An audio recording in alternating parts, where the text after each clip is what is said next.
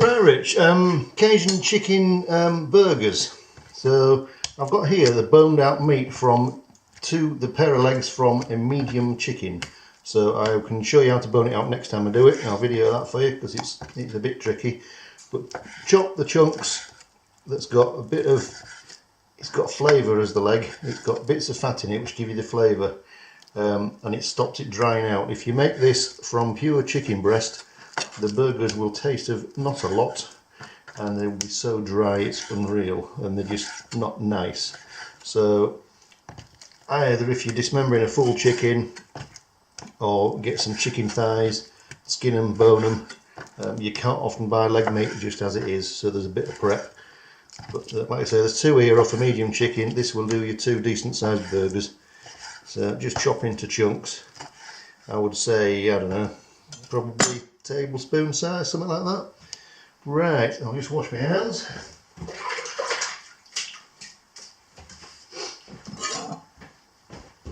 Right, over to the processor.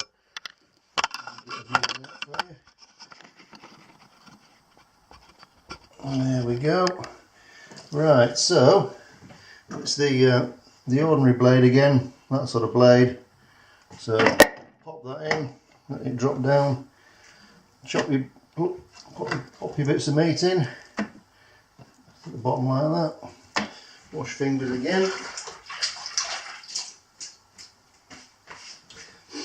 Right, I've got some stuff called blackened Cajun seasoning. This particular stuff I've got is made by Schwartz Spices. For a chicken leg I use an ordinary teaspoon raised. It does depend how spicy you want it. Some people like a bit more than others, but I would suggest start with a raised per chicken leg. It's a reasonable starting point if you like a bit of spice, but you don't want your head blowing off. I have tried other Cajun spices and some are quite spicy, so just watch it. Right, stuff's in, blades on. Just pulse it really. It doesn't want to be too smooth, it wants a bit of texture, but just pulse it in little bursts. You do it this way, you can see what's happening.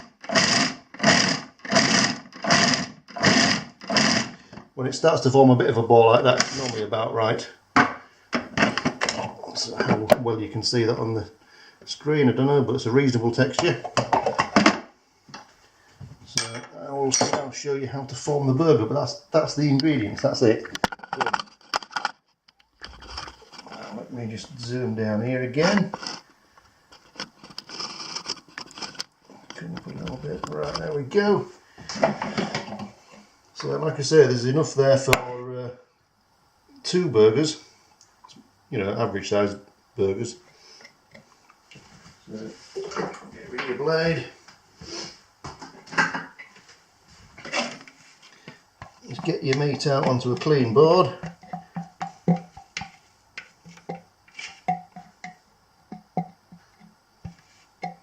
So this meat is a lot softer than you would get with beef or pork or lamb or anything like that.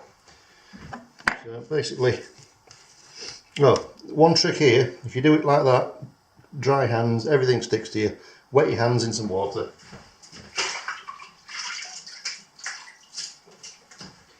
Wet your hands. Nothing sticks. Brilliant. So form it into a ball. If you want to make one massive burger, make one massive burger, but it'll be difficult to handle. So get your ball, divide in two, roughly like that. Again, keep your hands moist. Form into a ball. Now, don't do this in the middle of your board. Put it near the edge. I'll show you why in a sec. Again, pop it near the edge. Hope you can see those. I'll move slightly. Right. So all you do, fingers, pat down, and tap the edges. You want to get it about probably 15mm thick, roughly. Doesn't really matter. The thinner you have it, quicker it cooks. The thicker you have it, the slower it cooks, and the more chance you've got of having it raw in the middle. So do that to both burgers. Like I say, it's really quick. If they're slightly misshapen, you just give them a bit of a pat. So if you don't have your hands wet, you don't get anything stuck. I'll just wash them again.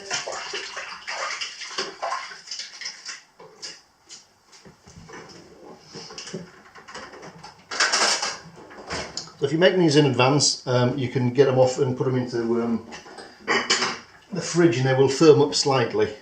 But there's a knack to getting them off because they're very floppy. So if you just get an ordinary flat knife, narrowish one, and you sort of go underneath like that, lift up, fingers underneath, you've got your burger. But as you can see, it is quite floppy. So that's now ready to go straight on a hot pan, hot frying pan, or griddle pan, or even barbecue. I'll show you cooking later, but that's just normal cooking. Alright, cheers Rich, bye! Yeah, okay Rich, right, we've got griddle pan here. It's been warming up for a good sort of 10 minutes. Ready for the burgers. If you drizzle some water on, it should sizzle like that. That's about the right temp. So right, grab your burger. I've just put a little bit of oil over the surface of those. Pop it down. Pop it down. These two were actually made from one of the previous ones I showed you because I've got very small bread buns. So just remember, if you've got small buns, small burgers. If you've got nice big buns, nice big burger. I won't bother showing you cooking all that because it'll be boring as hell, but they're about 4 minutes each side. Okay. Okay, so that's 4 minutes on each side.